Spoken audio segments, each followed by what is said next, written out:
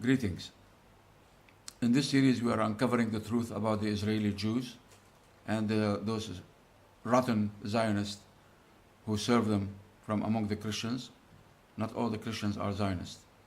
Also, not all the Jews are Zionists. But among the Christians and among the Jews, there are those rotten Zionists.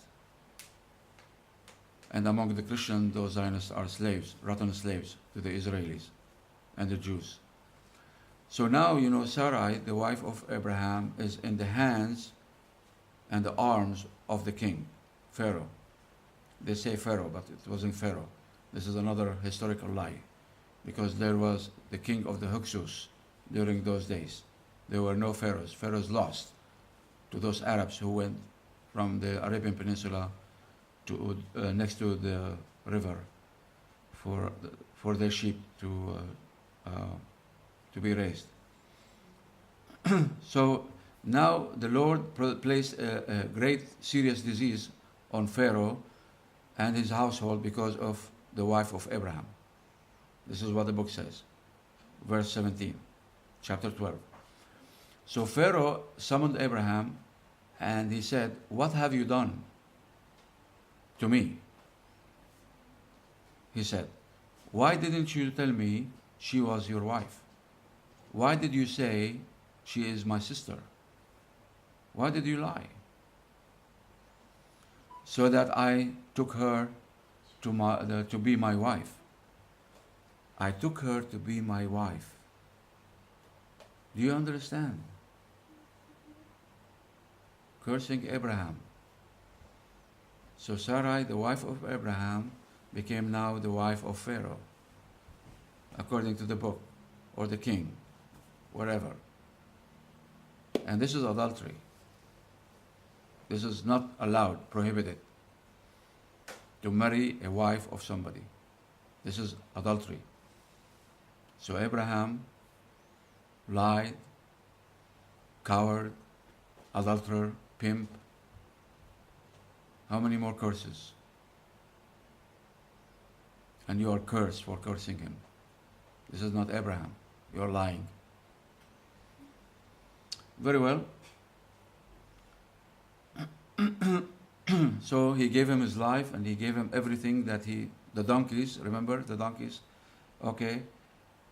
And gave orders nobody to touch him or his wife, and he sent him on his way, and he went back to Canaan to live among the Canaanites.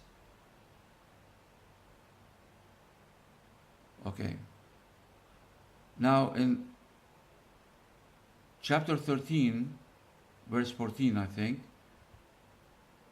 13, 14, the Lord said to Abraham after Lot had departed from him, "Look around where you are, to the north and the south, to the east and west. All the land that you see I will give to you and your offsprings." You remember? He made this promise before. You will give the land, north, south, east, west, everywhere Abraham can see. All this land will go to the offspring of Abraham. Remember this. I know what you're thinking. But this is not what you're thinking. What you're thinking are thoughts from the devil. We'll explain this. "I will make your offspring like the dust of the earth." I will make your offspring like the dust of the earth. Do you understand? Do you understand the number of the offsprings of Abraham? What the promise from the Lord was? Verse 16, 13, 16. He will make the offsprings of Abraham like the dust of the earth. Meaning, so huge in number from the offsprings of this man, Abraham. Alayhi salatu wasalam.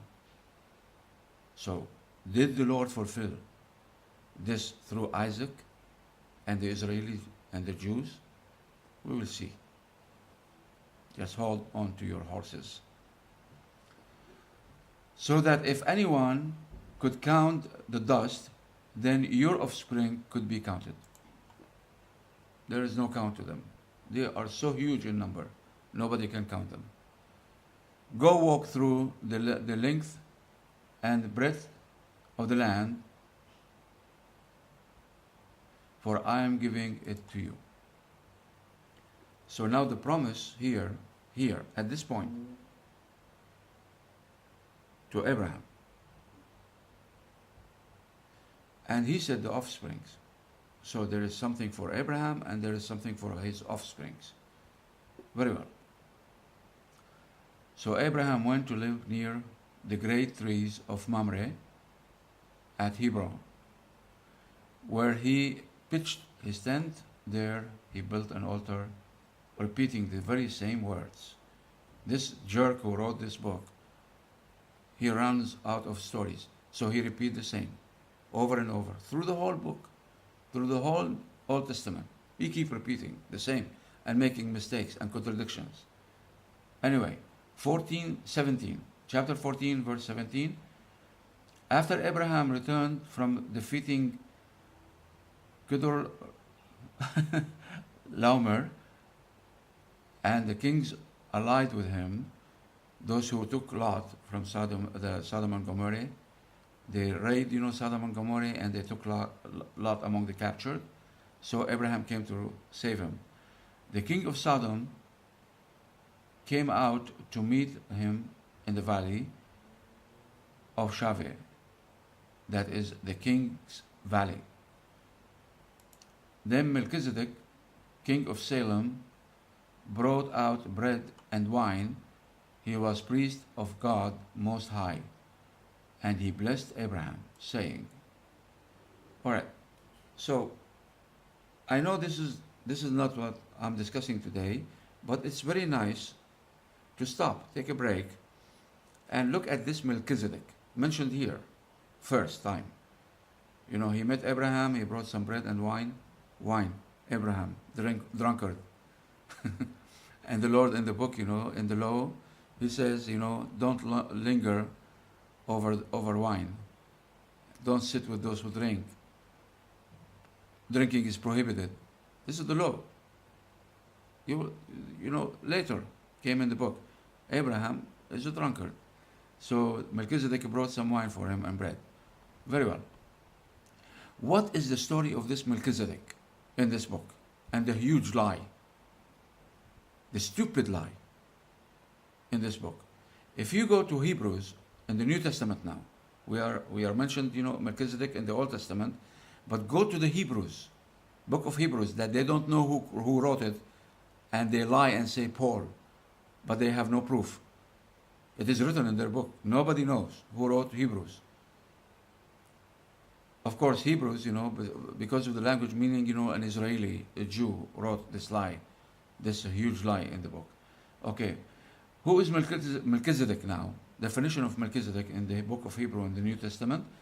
This Melchizedek was king of Salem and priest of God Most High. Very well.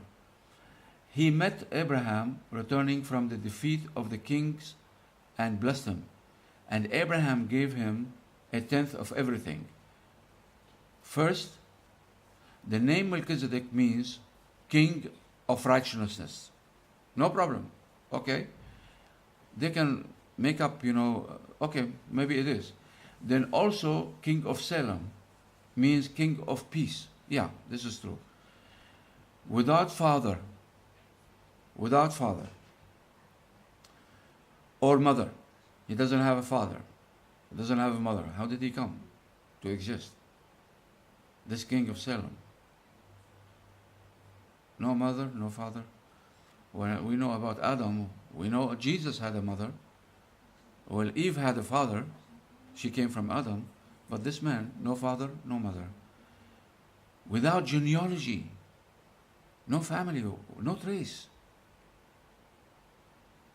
Without beginning. Without beginning. Infinity past.